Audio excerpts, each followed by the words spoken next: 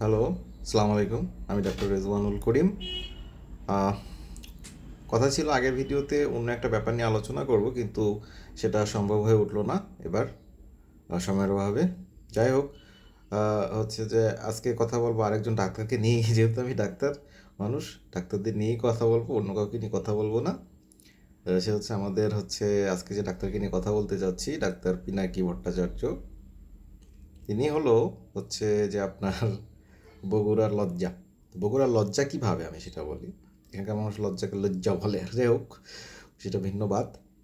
তো সে বগুড়ার লজ্জা এই জন্য, কলঙ্ক একটা, কলঙ্কের জন্য সে তার লাস্ট ভিডিওতে বলেছে যে বাংলাদেশে লবণ উৎপন্ন বেশি হয় দেখে মানুষের প্রেশার বেশি, এজন্য কিডনি রুগী বেশি।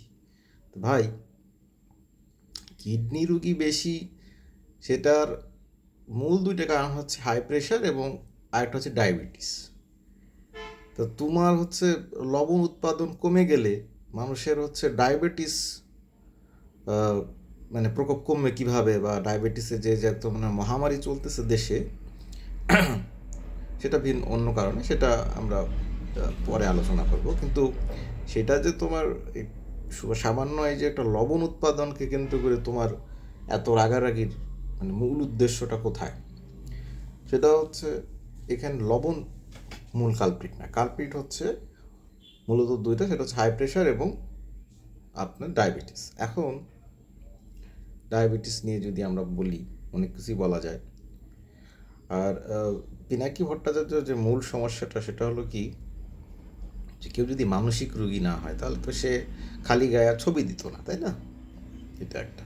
আর আমি একটু আগে ক্ষমা চেয়ে নিচ্ছি, আমি স্ক্রিপ্ট রেডি করি না, আমার সেই সময় হয় না। আমি বর্তমানে পোস্ট গ্রাজুয়েশনের জন্য পড়াশোনা করার অবসর খুঁজছি, কিন্তু পাচ্ছি না বিভিন্ন কারণে, তাই আমি স্ক্রিপ্ট রেডি করতে পারি না। যাই হোক, তো পিনাকি ভট্টাচার্য কি পড়াশোনা করে ডাক্তার হয়েছে, সে তার ভিডিওতেই বলেছে। সে বলেছে যে সে সিপিবি রাজনীতির সাথে বা বাম দলীয় রাজনীতির সাথে জড়িত ছিল, সারাদিন মারামারি করতো, পড়াশোনা তাকে দিয়ে হতো না, বা এখনও যে হয় না সেটা সে প্রমাণ করেছে। এই কিডনি রুগীদের মূল কারণ নাকি আপনার লবণ লবণ উৎপাদন বাংলাদেশের। এখন এই তার পড়াশোনা। তো তারা সে আসলে আপনারা বাংলাদেশের অন্য ডাক্তারদের ভাববেন না যে তার মতো এরকম মারামারি কাট করে কেউ পাশ করে।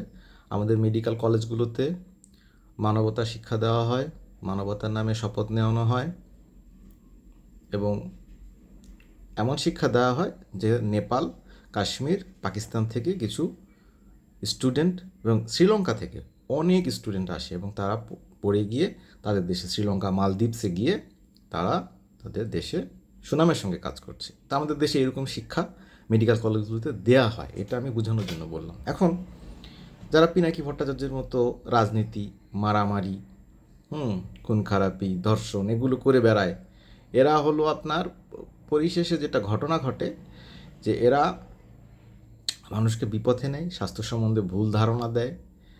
আর ডায়াবেটিস বাংলাদেশে মহামারী রূপ নিয়েছে অনেক কারণে। তার সবচেয়ে যেটা মানে হাস্যকর কারণ সেও একজন ডাক্তার। তার বাড়ি ফেনীতে, তার মুখে দাড়ি আছে, সে আপনার বনশ্রী আফতাবনগরে থাকে। আমি আর বলতে চাই না, আপনারা তাকে চিনে গেছেন। উনি ডায়াবেটিস সম্বন্ধে যে ধরনের কথা ছড়িয়েছেন, তারপরে ওনার বাংলাদেশ কেন, পৃথিবীর কোনো দেশেই তার এই ধরনের কথাগুলো শোনার পরে তার মেডিকেল ডিগ্রি সঙ্গে সঙ্গে কেড়ে নেওয়া উচিত। এটাই হবে যে ডায়াবেটিস নিয়ে মানুষকে এত ভুল ধারণা দিয়েছে। এবং অনেক, আমার নিজের কাছে যেটা হয়েছে, যে অনেক ডায়াবেটিসের রুগী অনেক 30-35 মিলিমোল পার লিটার ডায়াবেটিস নিয়ে আসতেছে। এতগুলো কেন আসতেছে এত বেশি নিয়ে হঠাৎ করে? কারণ তার ইনসুলিন ছেড়ে দিচ্ছে। কার কথায় ছেড়ে দিচ্ছে? যেই লোকটার কথা বললাম তার কথায় ছেড়ে দিচ্ছে। তো এই যে লোকটা যাবে মৃত্যু পথযাত্রী হয়ে গেল, হসপিটালে ভর্তি হতে হলো, এর দায়ভার কার? দায়ভারটা ওই ডাক্তারের। তো সে মানুষের উপকারের জায়গায় তো অপকারই করলো রে ভাই। এগুলো বুঝতে হবে, বুঝতে সময় দিতে হবে, ধৈর্য ধরে শুনতে হবে যারা জানে।